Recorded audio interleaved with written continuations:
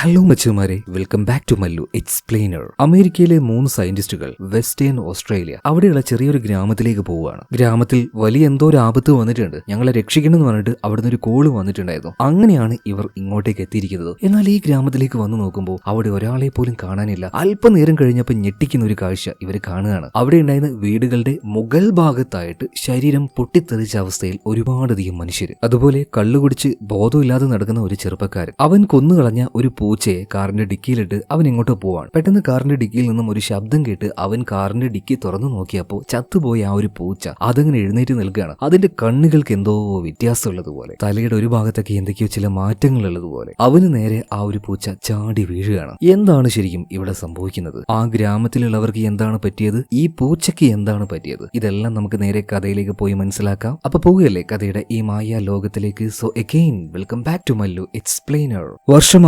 1979 നാസയുടെ കീഴിലുണ്ടായിരുന്ന ഒരു space station Skylab ഒരു അപകടം കാരണം തകർന്ന് അതിന്റെ ആ ഒരു ഓർബിറ്റും വിട്ട് നേരെ ഭൂമിയിലേക്ക് വന്ന് വീണുകൊണ്ടിരിക്കുകയാണ്. അതും പല കഷ്ണങ്ങളായിട്ട്. എന്നാൽ അങ്ങനെ വീഴുമ്പോഴേക്കും ഒരുപാട് കഷ്ണങ്ങൾ അന്തരീക്ഷത്തിൽ വെച്ച് തന്നെ കത്തി നശിച്ചില്ലാതാവുകയാണ്. എന്നിരുന്നാലും അതിന്റെ ചില ഭാഗങ്ങൾ ഭൂമിയുടെ പല ഭാഗത്തായിട്ട് ചെന്ന് വീഴുന്നുണ്ട്. എന്നാൽ അതെല്ലാം കണ്ടുപിടിച്ച നാസയുടെ സയന്റിസ്റ്റുകൾ ഓരോന്നും ഓരോ പീസും റിക്കവർ ചെയ്യുന്നുണ്ട്. എന്നാൽ ഒരൊറ്റ പീസ് ഒഴികെ അതൊരു ഓക്സിജൻ ടാങ്ക് ആയിരുന്നു. അത് ചെന്ന് വീണത് വെസ്റ്റേൺ ഓസ്ട്രേലിയയിലെ ഒരു മരുഭൂമി പോലെയുള്ള ഒരു പ്രദേശത്തായിരുന്നു. ആ ടാങ്ക് അവിടെ വന്ന് വീണത് ആ ഏരിയയിലെ ഒരാൾ കാണുകയാണ്. മറ്റാരും കാണാതെ അയാളുടെ ഗ്രാമത്തിലേക്ക് അത് കൊണ്ടുപോകുന്നുണ്ട്. എന്നാൽ ഇതിനെക്കുറിച്ച് നാസയിലെ സയന്റിസ്റ്റുകൾ അറിഞ്ഞില്ല. പിന്നീട് വില്ലേജിലേക്ക് ആ ഓക്സിജൻ ടാങ്ക് അത് കൊണ്ടുപോയ അയാൾ പിന്നീട് എന്താ ചെയ്തതെന്നറിയോ? ഒരു മ്യൂസിയം പോലെ അത് സെറ്റ് ചെയ്തിട്ട് പറയാണ് ഇതങ്ങ് സ്പേസിൽ നിന്ന് വന്ന് വീണ ഒരു സാറ്റലൈറ്റിന്റെ ഭാഗമെന്നൊക്കെ പറഞ്ഞ് ചെറിയ ടോക്കണൊക്കെ മേടിച്ച് ഒരു കാഴ്ചവസ്തു പോലെ അയാളുടെ വീട്ടിൽ ഒരു മ്യൂസിയം പോലെ സെറ്റ് ചെയ്തു. അങ്ങനെ ആ സംഭവം കഴിഞ്ഞ് ഇപ്പൊ ഒരു 18 വർഷമായിട്ടുണ്ട്. ഇപ്പോൾ ആ ഗ്രാമത്തിലെ ഒരാൾ വളരെയധികം ഭയന്ന് വിറച്ച് ഒരു ബൈക്കിൽ രാത്രിയിൽ ഒരു ടെലിഫോൺ ബൂത്തിന്റെ അടുത്തേക്ക് ഓടി വന്ന് നേരെ നാസയിലേക്ക് കോള് കണക്ട് ചെയ്യാണ്. എന്നിട്ട് അവരോട് പറയാണ് ഏതെങ്കിലും സയന്റിസ്റ്റ് ഉണ്ടെങ്കിൽ ആ സയന്റിസ്റ്റിന് ഒന്ന് ഫോൺ കൊടുക്കുമെന്ന്. പിന്നീട് ആ കോള് ട്രാൻസ്ഫർ ചെയ്യുന്നത് ഇറ്റലിയിലെ റോമിലുണ്ടായിരുന്ന ഡോക്ടർ മാർട്ടിൻസിനായിരുന്നു. അങ്ങനെ മാർട്ടിൻസിനോട് ഇയാൾ സംസാരിക്കുകയാണ്. ഞങ്ങളുടെ ഗ്രാമത്തിൽ എന്തോ ഒന്ന് പടർന്നു പിടിച്ചിരിക്കുകയാണ്, പച്ച നിറത്തിലുള്ള ഒരു ഫംഗസ്. ഞങ്ങളെല്ലാവരെയും അത് നശിപ്പിക്കുകയാണ്. നിങ്ങൾ എത്രയും പെട്ടെന്ന് ഇങ്ങോട്ടേക്ക് വരണം, ഒന്ന് രക്ഷപ്പെടുത്തണം എന്ന് പറയാണ്. ഇതേ സമയത്ത് തന്നെ ഡോക്ടർ മാർട്ടിൻ ചോദിക്കുന്നുണ്ട്, അല്ല നിങ്ങൾക്ക് അത് എവിടുന്നാ കിട്ടിയത്? എന്താണ് ശരിക്കും അവിടെ സംഭവിച്ചത്? ഈ സമയത്ത് ഇയാൾ പറയാണ് ഞങ്ങൾക്കൊരു അബദ്ധം പറ്റി. 1979 സ്പേസിൽ നിന്നും താഴേക്ക് വീണ ഒരു ഓക്സിജൻ ടാങ്ക് ഞങ്ങളുടെ ഗ്രാമത്തിലേക്ക് കൊണ്ടുപോയി. അതിൽ പച്ച നിറത്തില് എന്തോ ഒരു ഫംഗസ് ഉണ്ടായിരുന്നു. അത് കാരണമാണ് ഞങ്ങളുടെ ഗ്രാമം നശിച്ചുകൊണ്ടിരിക്കുന്നത്. അതുകൊണ്ട് എത്രയും പെട്ടെന്ന് നിങ്ങളൊന്ന് ഇങ്ങോട്ടേക്ക് വാ, ഞങ്ങളൊന്ന് രക്ഷപ്പെടുത്തുന്നു പറയണം. ഇങ്ങനെ സംസാരിച്ചുകൊണ്ടിരിക്കുമ്പോൾ തന്നെ കോള് കട്ടവാണ്. എന്നാൽ അടുത്ത 27 മണിക്കൂറിനുള്ളിൽ തന്നെ ഡോക്ടർ മാർട്ടിൻ ഒരു ടീമുമായിട്ട് ഈ സംഭവ സ്ഥലത്തേക്ക് വരികയാണ്. ഡോക്ടറുടെ കൂടെ വേറെയും 2 ആൾക്കാരുണ്ടായിരുന്നു. മറ്റൊരു സയന്റിസ്റ്റ് ആയിട്ടുള്ള റോബർട്ടും അതുപോലെ തന്നെ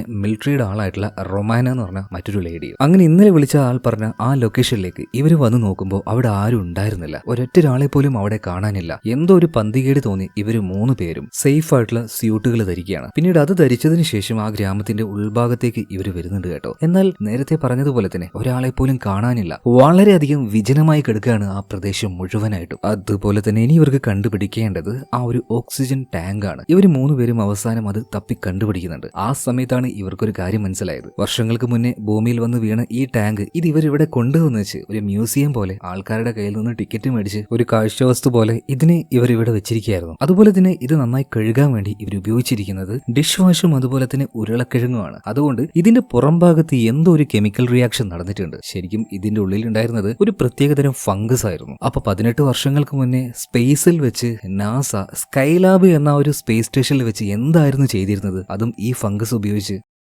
ആ കാര്യം ഇപ്പൊ ഡോക്ടർ മാർട്ടിൻ ഇവർക്ക് പറഞ്ഞു കൊടുക്കുകയാണ്. അതായത് ഒരു നല്ല ഉദ്ദേശത്തോട് കൂടിയിട്ടാണ് ഈ പരീക്ഷണം ആരംഭിച്ചത്. അതായത് സ്പേസിലേക്ക് പോകുന്ന ആസ്ട്രോനറ്റുകൾ ഉണ്ടല്ലോ, അവർക്ക് കഴിക്കാനുള്ള ഭക്ഷണം അവിടെ തന്നെ ഉണ്ടാക്കാനുള്ള ഒരു പരീക്ഷണമായിരുന്നു ഇത്. എന്നാൽ അത് നന്നായിട്ട് ഫെയിലായി. അത് കാരണമാണ് പിന്നീട് ആ ഒരു സ്പേസ് സ്റ്റേഷൻ തന്നെ തകർന്നു പോയത്. അതായത് സ്കൈലാബ് എന്ന ഒരു സ്പേസ് സ്റ്റേഷൻ. എന്നാൽ ഇത്രയും വർഷം ഇത് ഇവിടെ നിന്നിട്ട് വലിയ പ്രശ്നമൊന്നും ഉണ്ടായിരുന്നില്ല. എന്നാൽ ഈ അടുത്ത് ഇവരിത് ഈ പൊട്ടാറ്റയും അതുപോലെ തന്നെ ഡിഷ് വാഷ് വെച്ച് കഴുകിയപ്പോൾ എന്തോ ഒരു കെമിക്കൽ റിയാക്ഷൻ ഇതിന്റെ പുറത്ത് നടന്നിട്ടുണ്ട്. അത് കാരണം എന്തോ ചെറിയ രീതിയിൽ ഇത് ലീക്ക് ആയിട്ടുമുണ്ട്. ഇപ്പൊ ഡോക്ടർ മാർട്ടിൻ കയ്യിലുണ്ടായിരുന്ന ഒരു ക്യാമറ പോലെയുള്ള ഒരു ഡിവൈസ് ഉണ്ട്. ഇത് വെച്ച് ആ ഒരു ടാങ്ക് മുഴുവനായിട്ട് നിരീക്ഷിക്കുമ്പോൾ അതിന്റെ ചെറിയൊരു ഭാഗം പൊട്ടി അതിലൂടെ വളരെ കുറഞ്ഞ അളവിൽ ഈ ഫംഗസ് പുറത്തേക്ക് വന്നിട്ടുണ്ടായിരുന്നു. വളരെ സൂക്ഷ്മമായിട്ട് തന്നെ ഡോക്ടർ മാർട്ടിൻസ് അത് നിരീക്ഷിക്കുന്ന സമയത്ത് പതിയെ അതിങ്ങനെ വളരുന്നതായിട്ട് ആ ഒരു ക്യാമറയിലൂടെ അവൾക്ക് കാണാൻ കഴിഞ്ഞു. മാത്രമല്ല അത് അവൾക്ക് നേരെ ചാടി വരും കൂടെ ചെയ്യാണ് കേട്ടോ. അതായത് മൈക്രോസ്കോപ്പിലൂടെ ആ ഒരു ചെറിയ കാര്യത്തെ ഇങ്ങനെ വലുതാക്കി കണ്ടപ്പോഴാണ് അവൾ ഈ ഒരു കാഴ്ച കണ്ടത്. എന്തായാലും അത് കണ്ട് അവളൊന്ന് പേടിച്ചു പോവാണ്, പിന്നിലേക്കൊന്ന് വീഴുന്നുണ്ട്. റോബർട്ടാണ് അവൾ പിടിച്ചത് കേട്ടോ. എന്തായാലും പിന്നോട്ടേക്കുള്ള ആ ഒരു വീഴ്ചയിൽ അവളുടെ ബൂട്ടിനടിയിലേക്ക് ഒരു ഇച്ചിരി ഈ ഫംഗസ് ആവുന്നുണ്ട്. അത് ആ ബൂട്ടിനടിയിൽ പറ്റി പിടിച്ച് കിടക്കുന്നുണ്ട്. ഇതാരും അറിഞ്ഞില്ല കേട്ടോ. ഈ നേരത്താണ് റൊമാന ഒരു കാര്യം കണ്ട് ഇവരെല്ലാവരെയും അങ്ങോട്ടേക്ക് വിളിക്കുന്നത്. അങ്ങോട്ടേക്ക് ചെന്ന് നോക്കിയപ്പോൾ വളരെ ബ്രൂട്ടൽ ആയിട്ടുള്ള ഒരു കാഴ്ച കണ്ട് ഇവരൊക്കെ ഞെട്ടിപ്പോവാണ്. ഒരു മനുഷ്യൻ അവിടെ മരിച്ചു കിടക്കുകയാണ്. അതും സാധാരണ രീതിയിലല്ല, അയാളുടെ ശരീരത്തിന്റെ ഭാഗങ്ങൾ പൊട്ടിത്തെറിച്ച അവസ്ഥയിൽ. ഇത് കണ്ട് ഇവരാകെ ഷോക്കായി നിൽക്കുകയാണ്. മാത്രമല്ല ചുറ്റും നോക്കിയപ്പോൾ മറ്റൊരു കാര്യം കണ്ടിട്ട് വീണ്ടും അവർ ഞെട്ടുകയാണ്. അതായത് ഈ ഗ്രാമത്തിലെ ഒരാളെ പോലും കാണാനില്ല എന്ന് പറഞ്ഞില്ലേ, ആ ആളുകൾ മുഴുവനും അവിടെയുള്ള വീടുകളുടെ റൂഫിന്റെ മുകളിലായിരുന്നു. അവരുടെ ശരീരവും ഇതുപോലെ പൊട്ടിത്തെറിച്ചിട്ടുണ്ട്. അതായത് ഇതെന്താണെന്ന് റൊമേനയ്ക്കും റോബർട്ടിനും മനസ്സിലാവുന്നില്ല. അപ്പൊ ഡോക്ടർ മാർട്ടിനാണ് എന്ത് സംഭവിച്ചിട്ടുണ്ടാവും എന്ന് ഇവർക്ക് പറഞ്ഞു കൊടുക്കുന്നത്. അതായത് ഇതൊരു പാരസൈറ്റ് ആയിട്ടുള്ള ഫംഗസ് ആണ്. ഇത് മനുഷ്യരുടെ ഉള്ളിലേക്ക് കയറി കഴിഞ്ഞാൽ മാക്സിമം ഈ ഒരു ഫംഗസിന് സ്പ്രെഡ് ആകാൻ വേണ്ടിയിട്ടുള്ള വഴികൾ അവർ തന്നെ കണ്ടെത്തും. അതായത് മനുഷ്യർ ഇൻഫെക്റ്റ് ആയി കഴിഞ്ഞ് ആ ഒരു റൂഫിന്റെ മുകളിലേക്ക് പോയി പൊട്ടിത്തെറിച്ചു കഴിഞ്ഞാൽ അത് മാക്സിമം സ്ഥലത്തേക്ക് തെറിക്കുമല്ലോ. അതിലൂടെ ഈ ഫംഗസുകൾക്ക് കുറെ ഏരിയയിലേക്ക് വളരെ വേഗത്തിൽ സ്പ്രെഡ് ചെയ്യാൻ കഴിയും. ഇതൊരു പാരാസൈറ്റ് ആയതുകൊണ്ട് തന്നെ മനുഷ്യർക്ക് ഇത് എഫക്ട് ചെയ്തു കഴിഞ്ഞാൽ മനുഷ്യരുടെ തലച്ചോറിനെയും ഇത് എഫക്ട് ചെയ്യും. അതുകൊണ്ട് തന്നെ ഞാനൊരു കാര്യം പറയാണ്, അധിക നേരം നമ്മൾ ഇവിടെ നിൽക്കേണ്ട ആവശ്യമില്ല. അത് നമ്മുടെ ജീവനും ആപത്താണ്. എത്രയും പെട്ടെന്ന് തന്നെ സാമ്പിൾ കളക്ട് ചെയ്തിട്ട് നമുക്ക് ഇവിടുന്ന് പോകാന്ന് പറയണം. എന്നാൽ ഡോക്ടർ മാർട്ടിൻ പോലും അറിയാതെ ഒരു കാര്യം സംഭവിക്കുന്നുണ്ടായിരുന്നു. അവളുടെ ബൂട്ടിന്റെ അടിഭാഗത്ത് പറ്റിപ്പിടിച്ച ആ ഒരു ഫംഗസ് ഉണ്ടല്ലോ, പതിയെ പതിയെ ആ ഒരു ബൂട്ടിനെ തുളച്ച് അവളുടെ ഉൾഭാഗത്തേക്ക് കയറുന്നുണ്ടായിരുന്നു. അതായത് അവളുടെ കാലിന്റെ അടിഭാഗത്തേക്ക് ആ ഒരു ഫംഗസ് ഇപ്പൊ എത്തിയിട്ടുണ്ട്. പിന്നീട് പതിയെ പതിയെ അവളുടെ തൊലിയിലൂടെ അവളുടെ ആ ഒരു ഇറച്ചിയിലേക്ക് വരെ ഈ ഫംഗസ് പതിയെ ബാധിക്കാൻ തുടങ്ങി. എന്നാൽ ഇതൊന്നും ഡോക്ടർ മാർട്ടിൻ അറിയുന്നില്ല. അവരിപ്പോ നേരെ ആ ഒരു ഓക്സിജൻ ടാങ്കിന്റെ അടുത്തേക്ക് അതിൽ നിന്നും കുറച്ച് സാമ്പിൾ എടുക്കാനായിട്ട് പോവുകയാണ്. സാമ്പിൾ എടുത്തു വളരെ സേഫ് ആയിട്ട് തന്നെ ഒരു കണ്ടെയ്നറിൽ അത് വെച്ചിട്ട് ഇവരവിടുന്ന് പോവുകയാണ്. എന്നാൽ ഈ സമയത്താണ് റോബർട്ട് ഒരു കാര്യം പറയുന്നത്. നമ്മൾ ഈ ഒരു ഫംഗസിനെ ഇവിടെ ഇതുപോലെ വെച്ചിട്ട് പോയാൽ ഇതിനി കൂടുതലായിട്ട് സ്പ്രെഡ് ആവില്ല, എന്താണ് ഉറപ്പ്? അപ്പൊ ഒരു കാര്യം ചെയ്യാം, പരമാവധി ഇതിനെ നശിപ്പിച്ചു കഴിഞ്ഞാൽ സേഫ് ആവുമല്ലോ. ഇതെങ്ങാനും കൂടുതൽ ആളുകളുള്ള ഭാഗത്തേക്ക് സ്പ്രെഡ് ആയി കഴിഞ്ഞാൽ പിന്നീട് നമുക്കൊന്നും ചെയ്യാൻ കഴിയില്ല. റോബർട്ട് പറഞ്ഞ കാര്യം ശരിയാണെന്ന് ഡോക്ടർ മാർട്ടിനും അതുപോലെ തന്നെ റൊമാനിക്കും മനസ്സിലായി കേട്ടോ. അപ്പൊ എന്തായാലും ഇത് തകർക്കാനുള്ള ഒരു പരിപാടി അതെന്താന്ന് നോക്കണം. ഇതേ സമയം ഡോക്ടർ മാർട്ടിൻ അവളെടുത്ത ഒരു സാമ്പിൾ വണ്ടിയിൽ വെക്കാൻ പോകുന്ന സമയത്ത് അവൾ കുഴഞ്ഞു വീണു പോവാണ്, വല്ലാത്തൊരു ക്ഷീണം പോലെ. അതായത് ആ ഒരു ഫംഗസ് അവളുടെ ശരീരത്തിലേക്ക് കയറി രക്തത്തിൽ കലർന്ന് അതിപ്പോ അവളുടെ ബ്രെയിനിലേക്ക് എത്തിയിട്ടുണ്ട്. മാത്രമല്ല അതൊരു പാരസൈറ്റ് ആണ്. അതിന് സർവൈവ് ചെയ്യാൻ വേണ്ടി അതെന്ത് വേണമെങ്കിലും ചെയ്യും. ഇപ്പൊ ഡോക്ടർ മാർട്ടിന്റെ മൈൻഡിനെ, തലച്ചോറിനെ ആ പാരസൈറ്റ് കൺട്രോൾ ചെയ്യാൻ തുടങ്ങുകയാണ്. അതായത് കൂടുതലായിട്ട് ഇത് സ്പ്രെഡ് ആകാൻ വേണ്ടി ഇവിടുന്ന് പുറത്തേക്ക് പോകണല്ലോ. സോ അവളെ കൊണ്ട് ഇവിടുന്ന് പുറത്തേക്ക് പോവുകയാണ് ആ ഒരു പാരസൈറ്റ്. അവൾ നേരെ വണ്ടിയിൽ കയറിയിട്ട് ബാക്കിയുള്ള രണ്ടുപേരെയും കൂട്ടാതെ പോകാൻ നിൽക്കുന്ന സമയത്ത് റൊമാനിക്ക് കാര്യം മനസ്സിലായി, അവൾക്ക് ഇൻഫെക്റ്റ് ആയി എന്നുള്ളത്. വേഗം തന്നെ ഗണ്ണുമായിട്ട് ഡോക്ടർ മാർട്ടിന്റെ അടുത്തേക്ക് ചെന്നിട്ട് അവളോട് വണ്ടിയിൽ നിന്നും പുറത്തേക്ക് ഇറങ്ങാൻ പറയാണ്. കാരണം അവൾക്ക് ഇൻഫെക്ഷൻ ആയിട്ടുണ്ട്. മാത്രമല്ല അവളിപ്പോ ആ ഒരു പച്ച നിറത്തിലുള്ള ദ്രാവകം ഛർദ്ദിക്കാനും തുടങ്ങിയിട്ടുണ്ട്. എന്നാൽ റൊമാനയെ കൊല്ലാനായിട്ട് ഡോക്ടർ മാർട്ടിൻ ആ ഒരു വണ്ടി അവരെടുപ്പിക്കാൻ നോക്കിയ സമയത്ത് അവളെ തള്ളിയിട്ട് അവിടെ ഇപ്പോൾ റോബർട്ട് നിൽക്കുകയാണ്. അതുകൊണ്ട് തന്നെ റോബർട്ടിന്റെ ദേഹത്ത് ആ ഒരു വണ്ടി തട്ടി അവൻ തെറിച്ചു പോയി വീഴുകയാണ്. ആ ഒരു വീഴ്ചയിൽ അവന്റെ ഊരയ്ക്ക് നന്നായിട്ട് പരിക്ക് പറ്റി എഴുന്നേറ്റ് നിൽക്കാൻ പോലും കഴിയുന്നില്ല. ഈ സമയം വണ്ടിയിൽ നിന്നും പുറത്തേക്ക് വന്ന ഡോക്ടർ മാർട്ടിൻ റൊമാനയുടെ കയ്യിലുണ്ടായിരുന്ന ആ ഒരു ഗണ്ണ് മേടിക്കുകയാണ്. അവൾ ഷൂട്ട് ചെയ്യാൻ നോക്കുന്നുണ്ട്. നിലത്ത് വീണെടുക്കുന്ന റോബർട്ടിന് ഒന്നും ചെയ്യാൻ കഴിയുന്നില്ല. അയാളുടെ ഊര ആകെ പൊളിഞ്ഞു കിടക്കുക. നടക്കുന്ന കാര്യങ്ങൾ നോക്കി നിൽക്കാൻ മാത്രമേ റോബർട്ടിന് കഴിഞ്ഞുള്ളൂ. ഇപ്പൊ ഡോക്ടർ മാർട്ടിനോട് പറയുന്നുണ്ട്, നീ ഷൂട്ട് ചെയ്യരുത്, നിന്റെ ആ ഒരു മൈൻഡിനെ നീ തന്നെ കൺട്രോൾ ചെയ്യുന്നു പറയാണ്. എന്നാൽ അതേ സമയത്ത് തന്നെ ഡോക്ടർ മാർട്ടിൻ റൊമാനിക്ക് നേരെ ഗൺ പോയിന്റ് ചെയ്ത് ഷൂട്ട് ചെയ്യാൻ നിൽക്കുകയാണ്. എന്നാൽ പെട്ടെന്ന് ഡോക്ടർ മാർട്ടിൻ അവളുടെ ആ ഒരു ഗണ്ണുണ്ടല്ലോ അത് നേരെ അവളുടെ ഹൃദയഭാഗത്ത് വെച്ച് ഷൂട്ട് ചെയ്യാണ്.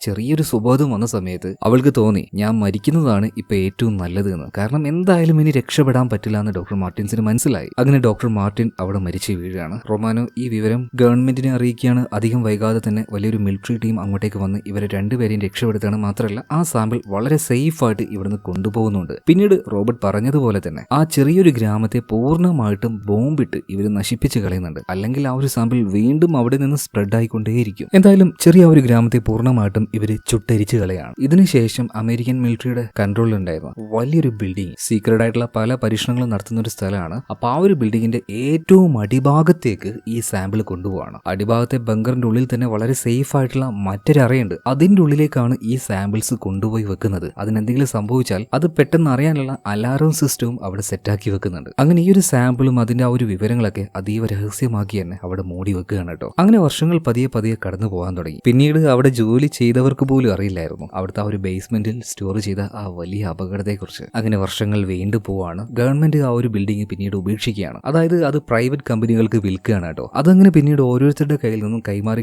കൈമാറി പോയി അവസാനം ഇപ്പൊ പ്രസന്റ് ഡേയിൽ ആ ബിൽഡിംഗ് ഒരു സ്റ്റോറേജ് സ്റ്റേഷനാണ്. അതായത് ആളുകൾക്ക് അവരുടെ വസ്തുക്കൾ അവിടെ കൊണ്ടുപോയി സൂക്ഷിക്കാം. അതിനൊരു ഫീസ് കൊടുത്താൽ മാത്രം മതി. മാത്രമല്ല 24 hours അത് നോക്കാനായിട്ട് അവിടെ സെക്യൂരിറ്റി ഗാർഡ്സും ഉണ്ടാവും. അപ്പോൾ ഇനിയാണ് കഥ ആരംഭിക്കാൻ പോകുന്നത്. അതായത് ആ ഒരു കൊമേഴ്ഷ്യൽ സ്റ്റോറേജ് ഫെസിലിറ്റി ഫെസിലിറ്റി ഇപ്പൊ കാണിക്കുകയാണ്. അങ്ങോട്ടേക്ക് ഒരാൾ വരുന്നുണ്ട്. ഒരു പയ്യനാണ്, അവന്റെ പേര് ട്രാവിസ്. ഇവിടെ ജോലി ചെയ്യുന്ന സെക്യൂരിറ്റി ഗാർഡുകളിൽ ഒരാളാണ് അവൻ. അതുപോലെ തന്നെ അവിടെ ഒരു സൂപ്പർവൈസർ ഉണ്ട്, ഇയാളുടെ പേര് ഗ്രിഫിൻ എന്നാണ്. അപ്പൊ ഗ്രിഫിൻ നമ്മുടെ ഈ ഒരു ട്രാവിസിനോട് ഒരു കാര്യം പറയുന്നുണ്ട്. എടാ, ചില ഇല്ലീഗൽ ആക്ടിവിറ്റി ഒക്കെ ഞാൻ ഇവിടെ നടത്തുന്നുണ്ട്, കുറച്ച് സാധനങ്ങൾ ഇവിടെ സൂക്ഷിച്ചു വെച്ചിട്ടുണ്ട്, അപ്പോൾ അതിന്റെ കാര്യങ്ങൾ കൂടെ നീ നോക്കണമെന്ന് പറയാണ്. എന്നാൽ അപ്പൊ തന്നെ ട്രാവിസ് പറയണം, എന്റെ പൊന്നണ്ണ, ഞാൻ ഇപ്പൊ ജയിലിൽ നിന്ന് ഇറങ്ങിയിട്ടേ ഉള്ളൂ, തിരിച്ചു പോകാൻ എനിക്ക് താല്പര്യമില്ല, അതുകൊണ്ട് നിങ്ങൾ എന്താന്ന് വെച്ചാൽ ചെയ്തോ, അതിലേക്കൊന്നും ഞാനില്ല എന്ന് പറയണം. ഓക്കെ, ശരി, ഞാൻ എന്തായാലും ഇപ്പൊ പോവാണ്. അതുപോലെ തന്നെ കുറച്ച് സാധനങ്ങൾ എടുക്കാൻ ഞാൻ വൈകുന്നേരം ചില ആളുകളെയും കൂട്ടി ഇങ്ങോട്ടേക്ക് വരും, ഇതൊന്നും ആരോടും പറയാൻ നിൽക്കണ്ട. മാത്രമല്ല ഇന്ന് പുതുതായിട്ട് ഒരാൾ കൂടെ ജോയിൻ ചെയ്യാൻ വരുന്നുണ്ട്, അപ്പൊ അവൾക്ക് കാര്യങ്ങളൊക്കെ പറഞ്ഞു കൊടുക്കണം എന്ന് പറയണം. അതൊരു പെൺകുട്ടിയായിരുന്നു. അങ്ങനെ അതിനുശേഷം ഈ ഒരു ഗ്രിഫിൻ ഇവിടുന്ന് പോവാണ്. ഗ്രിഫിൻ പോയി കഴിഞ്ഞപ്പോൾ ഒരു കസ്റ്റമർ അങ്ങോട്ടേക്ക് വരുന്നുണ്ട്. കുറച്ച് പ്രായമായിട്ടുള്ള ഒരു സ്ത്രീയാണ്. മരിച്ചുപോയ ഭർത്താവിന്റെ കുറച്ചധികം സാധനങ്ങൾ ഇവിടെ അവര് സൂക്ഷിച്ചിട്ടുണ്ട്. അപ്പൊ അത് കാണാൻ വേണ്ടിയിട്ടാണ് ഇപ്പൊ അവര് വന്നിരിക്കുന്നത്. പിന്നീട് മുത്തശ്ശിയുടെ ആ ഒരു സ്റ്റോറേജ് യൂണിറ്റ് ഉണ്ടല്ലോ, അങ്ങോട്ടേക്ക് ട്രാവിസ് അവരെ കൊണ്ടുപോവാണ് കേട്ടോ. പിന്നീട് ആ ഒരു ഷെൽഫ് തുറന്നു കൊടുക്കുന്നുണ്ട്. അതിനുശേഷം അവനോട് പോയിക്കൊള്ളാൻ വേണ്ടി പറയാണ്. അതിൽ അവരുടെ ഭർത്താവിന്റെ ഒരു ഫോട്ടോ ഉണ്ടായിരുന്നു കേട്ടോ. മുത്തശ്ശി ഇപ്പോ അത് നോക്കി വളരെ സങ്കടത്തോട് കൂടിയിട്ട് ഓരോ കാര്യങ്ങൾ അങ്ങനെ സ്വയം പറയാണ്. നിങ്ങൾ എന്നെ വിട്ടുപോയില്ലേ, ഞാനിപ്പോ ഒറ്റയ്ക്കാണ്, എനിക്ക് സങ്കടം സഹിക്കാൻ പറ്റുന്നില്ല. അതുപോലെ തന്നെ ഇന്ന് നമ്മുടെ ആനിവേഴ്സറി ആണ്, നിങ്ങൾക്കത് ഓർമ്മയുണ്ടോ? അപ്പൊ ഈ ആനിവേഴ്സറി ദിവസത്തിൽ ഞാൻ നിങ്ങളുടെ അടുത്തേക്ക് വന്നിട്ടുണ്ടെങ്കിൽ എനിക്കത് ഭയങ്കര സന്തോഷമുള്ള കാര്യമാണ്. അതായത് ആ ഷെൽഫിൽ ഒരു ഗണ്ണുണ്ടായിരുന്നു, ആ ഗണ്ണ് ഉപയോഗിച്ച് സ്വയം ഷൂട്ട് ചെയ്ത് മരിക്കാൻ പോവാണ് ഈ ഒരു മുത്തശ്ശി. എന്നാൽ അങ്ങനെ ചെയ്യുന്നതിന് മുന്നേ മുത്തശ്ശിക്ക് എന്തോ ഒരു തോന്നല്, എന്തായാലും മരിക്കാൻ പോവല്ലേ, ഒന്ന് ഉറങ്ങിയിട്ട് മരിച്ചു കളയും. അങ്ങനെ മുത്തശ്ശി എന്ത് ചെയ്തു, ആ സ്റ്റോറേജ് സ്പേസ് ഉണ്ടല്ലോ അതിന്റെ ഉള്ളിൽ കയറി കിടന്നങ്ങ് ഉറങ്ങാണ്.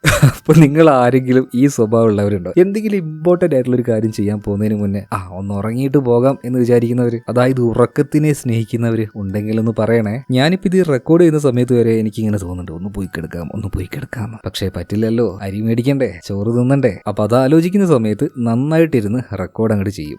അതെന്തെങ്കിലും ആവട്ടെ, നമുക്ക് കഥയിലേക്ക് തിരിച്ചു വരാം. ഇപ്പൊ മുത്തശ്ശി അവിടെ ആക്കി തിരിച്ചു പോകുന്ന സമയത്ത് നമ്മുടെ ട്രാവിസ് ഒരു ശബ്ദം അങ്ങനെ കേൾക്കുന്നുണ്ട്, ഒരു ബീപ്പ് സൗണ്ട് ആണ്. എന്നാൽ എവിടെ നോക്കിയിട്ടും അത് എവിടുന്നാന്ന് മനസ്സിലാവുന്നില്ല. അതുകൊണ്ട് തന്നെ അവൻ CCTV മുഴുവനായിട്ട് എടുത്ത് പരിശോധിക്കുകയാണ്, എന്നിട്ട് മനസ്സിലാവുന്നില്ല. അപ്പോഴാണ് അങ്ങോട്ടേക്ക് വന്ന ഒരു പെൺകുട്ടിയെ അവൻ കാണുന്നത്. ഇപ്പൊ അവളുടെ അടുത്തേക്ക് നേരെ ട്രാവിസ് ചെല്ലുകയാണ്. അപ്പൊ ഈ പെൺകുട്ടിയായിരുന്നു ഗ്രിഫിൻ പറഞ്ഞ ഇന്ന് പുതുതായിട്ട് ജോയിൻ ചെയ്യുന്ന ആ ആള്. അങ്ങനെ ഇവർ രണ്ടുപേരും പരിചയപ്പെടുകയാണ്. ആ പെൺകുട്ടിയുടെ പേര് നവോമി എന്നായിരുന്നു. ഈ നവോമിയെ കുറിച്ച് പറയുകയാണെങ്കിൽ തുള്ളി നിൽക്കുന്ന ചില പിള്ളേരുണ്ടാവുമല്ലോ, അതുപോലത്തെ ഒരാളാണ്. അപ്പൊ അവളും ഈ ഒരു ശബ്ദം കേൾക്കുന്നുണ്ട്. അപ്പൊ നവോമി ചോദിക്കുകയാണ്, ഈ ശബ്ദം എന്താണ്, ഇത് എവിടുന്നാ കേൾക്കുന്നത്? എന്നാൽ ട്രാവിസിന് അറിയില്ലല്ലോ അതെന്താണെന്ന്. അവനും കുറെ നേരമായിട്ട് ആ ശബ്ദം എന്താണെന്ന് ഇങ്ങനെ തിരഞ്ഞുകൊണ്ടിരിക്കുക. അങ്ങനെ ഇവർ രണ്ടുപേരും തെരഞ്ഞ് അവസാനം ആ ശബ്ദം എവിടുന്നാണ് വരുന്നത് എന്ന് കണ്ടുപിടിക്കുകയാണ്. ഒരു ചുമരിന്റെ മറുഭാഗത്ത് നിന്നാണ്. എന്നാൽ അങ്ങോട്ടേക്ക് കടക്കാനായിട്ട് ഒരു ജനലോ വാതിലോ ഒന്നുമില്ല. പകരം അവിടെ ഒരു വലിയ വാൾപേപ്പർ വെച്ചിട്ടുണ്ട്. ഇത് ഇവർ കണ്ടുപിടിക്കുകയാണ്. ഇതേ സമയത്ത് തന്നെ മറ്റൊരു സ്ഥലത്ത് നോർത്ത് കാരോളിൻ അവിടെ കിടന്നുറങ്ങുന്ന നമ്മുടെ റോബർട്ട്, അദ്ദേഹത്തിന് ഇപ്പൊ പ്രായമായിട്ടുണ്ട്. അന്നത്തെ ആ ഒരു സംഭവം എല്ലാം കഴിഞ്ഞ് ഇപ്പൊ കുറച്ച് വർഷമായിട്ടുണ്ടല്ലോ. ഇപ്പൊ രാത്രിയിൽ കിടന്നുറങ്ങുന്ന സമയത്ത് റോബർട്ടിന് ഒരു കോള് വരുന്നുണ്ട്. വിളിച്ചിരിക്കുന്നത് ഡിഫൻസ് ത്രെറ്റനിങ് റിഡംഷൻ ഏജൻസിയിൽ നിന്നാണ്. അതായത് എന്തോ ഒരു അപകടമുണ്ട്, അതുകൊണ്ടാണ് ഈ സമയത്ത് റോബർട്ടിനെ അവർ വിളിച്ചിരിക്കുന്നത്. അതായത് വർഷങ്ങൾക്ക് മുന്നേ സേഫായിട്ട് അവരെടുത്തു വെച്ച ആ ഒരു ഫംഗസ്, അതിനെന്തോ ഒരു പ്രശ്നം പറ്റിയിട്ടുണ്ട്. അവിടെ അടിച്ചുകൊണ്ടിരിക്കുന്ന ആ ഒരു അലാറം ഉണ്ടല്ലോ, ആ അലാറം അവർക്കും കിട്ടിയിട്ടുണ്ട്. സോ ആ ഒരു വിവരം ഇതാദ്യം തന്നെ ഇവരെ അറിയിക്കുന്നത് റോബർട്ടിനെയാണ്. കാരണം റോബർട്ട് ആയിരുന്നല്ലോ ആ സാമ്പിളിനെ വളരെ രഹസ്യമായിട്ട് തന്നെ ആ ഒരു വലിയ ബിൽഡിങ്ങിന്റെ അടിയിലെ ആ ഒരു ബേസ്മെന്റിൽ സ്റ്റോർ ചെയ്തിരുന്നു. എന്നാൽ ഇപ്പോൾ അത് വീണ്ടും ആക്റ്റീവായി എന്ന് കേട്ട സമയത്ത് റോബർട്ട് ഒന്ന് ഞെട്ടിപ്പോവാണ്. എന്തായാലും അധികം വൈകാതെ അങ്ങോട്ടേക്ക് എന്തായാലും പോകണം. ഇതേ നേരം തന്നെ ആ ഒരു ഗോഡൌണിൽ കാണിക്കുന്നുണ്ട് ട്രാവിസും നവോമിയും ആ ബീപ്പ് അത് എവിടുന്നാ വരുന്നതെന്ന് കണ്ടുപിടിച്ചല്ലോ. അപ്പൊ നവോമി പറയാണ്, നമുക്ക് എന്തായാലും ഈ ചുമരൊന്ന് അടിച്ചു പൊളിച്ചു നോക്കിയാലോ. എന്നാൽ ട്രാവിസ് പറയാണ്, എനിക്ക് ഇപ്പോഴാണ് ഒരു ജോലി കിട്ടിയത്, ഈ ജോലി കളയാൻ എനിക്കൊരു താല്പര്യമില്ല, അതുകൊണ്ട് ഞാൻ ഇതിനില്ല എന്ന് പറയാണ്. എന്നാൽ നവോമി പറയാണ്, പക്ഷെ എനിക്കിത് എന്താണെന്ന് അറിയണം, ഒരു വല്ലാത്തൊരു ത്രില്ല്, ഓൾറെഡി ജീവിതം അടുത്ത് വല്ലാത്തൊരു ബോറിങ്ങിലൂടെയാണ് ഞാൻ പോകുന്നത്. ആ സമയത്ത് ട്രാവിസ് ചോദിക്കുകയാണ്, ജീവിതം അടുക്കാൻ മാത്രം നിനക്ക് എന്ത് പ്രശ്നമാണുള്ളത്? അതൊക്കെ വലിയ വലിയ പ്രശ്നങ്ങളാണ്. ഞാൻ എന്റെ ബോയ് ഫ്രണ്ടുമായിട്ട് ബ്രേക്കപ്പ് ആയി.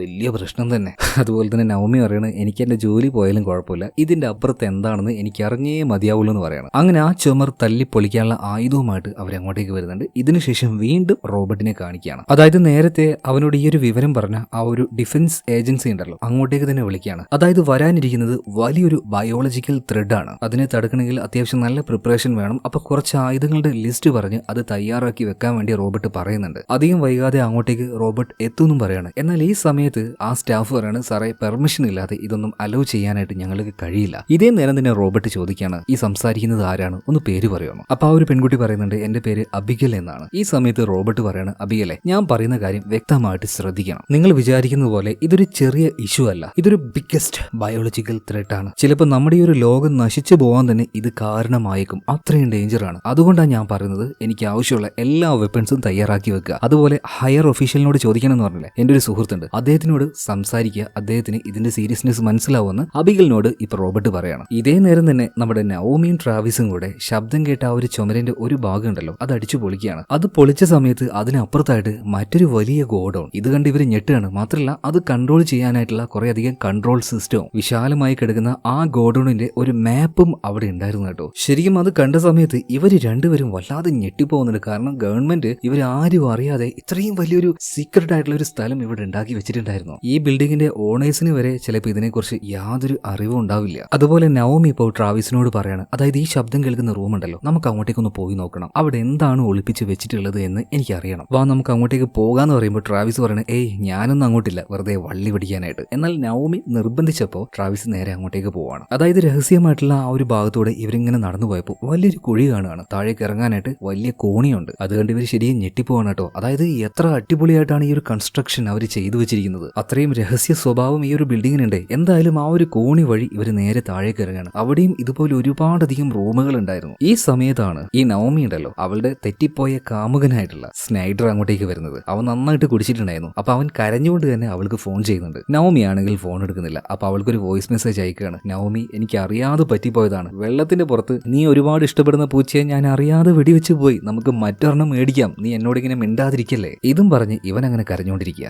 ഈ സമയത്താണ് കാറിന്റെ ഡിക്കിയിൽ നിന്നും എന്തോ ഒരു ശബ്ദം ഈ ഒരു സ്നൈഡർ കേൾക്കുന്നത്. അതായത് നവോമിയുടെ ബോയ് ഫ്രണ്ട് ആണ് ഇവൻ. അങ്ങനെ അവൻ ചെന്ന് കാറിന്റെ ആ ഒരു ഡിക്കി തുറന്നു നോക്കിയ സമയത്ത് ഒരു കാര്യം കണ്ട് അവൻ ഞെട്ടിപ്പോവാണ്. അതായത് അവൻ വെടിവെച്ച് കൊന്നു എന്ന് പറഞ്ഞ ആ ഒരു പൂച്ച ദാണ്ട് എഴുന്നേറ്റ് നിൽക്കുന്നു. എന്നാൽ അതിന്റെ തലയുടെ ഒരു ഭാഗം ഒരു വല്ലാത്ത ഷേപ്പിൽ, അവിടുത്തെ നിറമെല്ലാം മാറിക്കെടുക്കുകയാണ്, ഒരു പച്ച നിറം പോലെ. ഇവനെ കണ്ടപാട് തന്നെ അവന്റെ നേരെ ചാടി വരികയാണ് ആക്രോശിച്ചുകൊണ്ട് ഈ ഒരു പൂച്ച. എന്നാൽ അവനെ പിന്നീട് കടിക്കാനൊന്നും ആ ഒരു പൂച്ച നിന്നില്ല. അവിടെ കണ്ട ഒരു പോസ്റ്റിന് മുകളിലേക്ക് ഈ പൂച്ച ഓടി വലിഞ്ഞു കയറി ഏറ്റവും ടോപ്പിലേക്ക് എത്തിയപ്പോൾ അതിന്റെ ശരീരം സ്വയം പൊട്ടിത്തെറിക്കുകയാണ്. അതായത് പൂച്ചയെ കൊണ്ട് ഇത് ചെയ്യിക്കുന്നത് ആ പാരസൈറ്റ് ആണ്. എന്തായാലും പൂച്ച പൊട്ടിച്ചെറിച്ചപ്പോ അതിന്റെ ഉള്ളിൽ ആ ഒരു രക്തവും മജ്ജയും മാംസമൊക്കെ സ്നൈഡറുടെ ദേഹത്ത് ആവുന്നുണ്ട് കേട്ടോ. പതിയെ പതിയെ അവനും ഇൻഫെക്റ്റ് ആവുന്നുണ്ട്. അവൻ മാത്രമല്ല അപ്പൊ ഇൻഫെക്റ്റ് ആയത്, തൊട്ടപ്പുറത്തെ കാട്ടിൽ കുറച്ച് മാനുകളൊക്കെ ഉണ്ടായിരുന്നു, അതിന്റെ ദേഹത്തും ഇതാവുന്നുണ്ട്. അപ്പൊ ആ കൂട്ടത്തിലെ ഒരു മാനും ഇതുപോലെ ഇൻഫെക്റ്റഡ് ആവുകയാണ്. ഇതേ സമയം തന്നെ ട്രാവിസും നവോമിയും അവരവസാനം തേടി തേടി ശബ്ദം കേട്ട ആ റൂം ഉണ്ടല്ലോ, അത് കണ്ടുപിടിക്കുകയാണ്. അത് തുറന്ന് അതിന്റെ ഉള്ളിലേക്ക് എത്തിയ സമയത്ത് അവരൊരു കാര്യം കണ്ട് ചെറുതായിട്ടൊന്ന് ഞെട്ടുന്നുണ്ട്.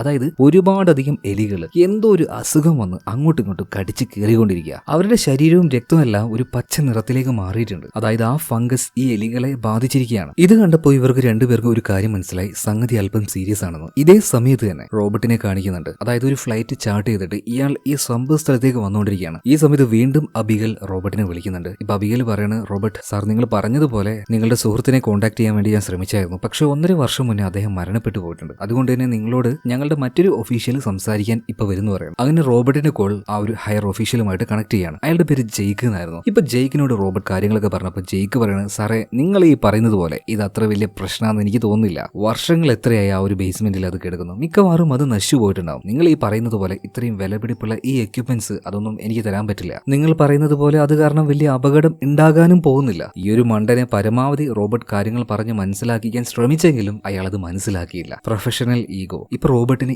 എന്ത് ചെയ്യണമെന്ന് മനസ്സിലാവുന്നില്ല. എന്നാൽ അല്പനേരം കഴിഞ്ഞപ്പോൾ റോബോട്ടിനെ ഇങ്ങോട്ടേക്ക് അബിഗൽ വിളിക്കുന്നുണ്ട്. അവൾ ഓഫീസിൽ നിന്നും പുറത്തേക്ക് ഇറങ്ങിയിട്ട് ഇപ്പൊ റോബോട്ടിനോട് പറയുന്നത്, സാറേ നിങ്ങൾ പറഞ്ഞതിന്റെ ആ ഒരു സീരിയസ്നെസ് അത് എത്രത്തോളാണെന്ന് എനിക്ക് മനസ്സിലായി. പക്ഷേ അയാൾ, അതായത് ആ ഒരു ജേക്സ് ഇതിന് സീരിയസ് ആയി എടുക്കുന്നില്ല. അയാൾക്ക് കാര്യങ്ങൾ മനസ്സിലാവുന്നില്ല. സാറ് പറഞ്ഞു എന്ത് ഹെൽപ്പ് വേണമെങ്കിലും എനിക്ക് പറ്റുന്നത് പോലെ ഞാൻ ചെയ്യാന്ന് പറയണം. അപ്പൊ തന്നെ റോബോട്ട് പറയുന്നുണ്ട്, അബിഗലെ ഞാൻ പറയുന്നത് ശ്രദ്ധിച്ച് കേൾക്ക്. നീ ആദ്യം പോയിട്ട് കോൺടാക്ട് ചെയ്യുന്നത് റൊമാനോ എന്നൊരു ഓൾഡ് മിലിറ്ററി ഓഫീസറെയാണ്. ഞാൻ പറഞ്ഞ എല്ലാ ഡീറ്റെയിൽസും നീ അവരോട് പറയുക, കാര്യങ്ങൾ ഡീറ്റെയിൽ ആയിട്ട് സംസാരിക്കുക. അതുപോലെ തന്നെ എന്റെ ലിസ്റ്റിൽ 7ാമത്തെ ആ ഒരു വസ്തു അതെന്തായാലും മറ്റൊന്നും കിട്ടിയില്ലെങ്കിലും അതെനിക്ക് നിർബന്ധമായിട്ടും വേണമെന്ന് പറയണം. അതുപോലെ തന്നെ ഒരു കോഡ് വേർഡ്, ആ കോഡ് വേർഡും റൊമാനോയോട് നീ പറയണമെന്ന് പറയണം. ഈ റൊമാനോ ആരാന്ന് മനസ്സിലായോ? സിനിമയുടെ തുടക്കത്തിൽ ഓസ്ട്രേലിയൻ ഗ്രാമത്തിലേക്ക് പോയ 3 പേരുണ്ടായിരുന്നില്ലേ, റോബർട്ടും ഡോക്ടർ മാർട്ടിനും കൂട്ടത്തിലുണ്ടായിരുന്ന ഒരു മിലിറ്ററി ഒഫീഷ്യൽ ആയിട്ടുള്ള റൊമാനയും ആ റൊമാനോ തന്നെയാണിത്. ഇപ്പൊ റോബർട്ടിനോട് സംസാരിച്ചുകൊണ്ടിരിക്കുന്ന അബിഗൽ, അവളുടെ അടുത്തേക്ക് മറ്റേ ആ ഒരു ഓഫീസർ ജെയ്ക്ക് വരുന്നുണ്ട് കേട്ടോ. എന്നാൽ ജെയ്ക്ക് അടുത്തെത്തിയ സമയത്ത് അബിഗൽ അവളുടെ ബോയ് ഫ്രണ്ടിനോട് സംസാരിക്കുന്ന പോലെ സംസാരിക്കുകയാണ്. ചുമ്മാ തർക്കിച്ചുകൊണ്ടിരിക്കുകയാണ്. അപ്പൊ അത് കണ്ട സമയത്ത് ജേക്ക് അവിടുന്ന് തിരിച്ചു പോകാൻ കേട്ടോ. ഒരു സംശയം തോന്നി വന്നതാണ്. ഇപ്പൊ അയാൾക്ക് സംശയമൊന്നുമില്ല. എന്നാൽ അബികളുടെ സംസാരം കേട്ട സമയത്ത്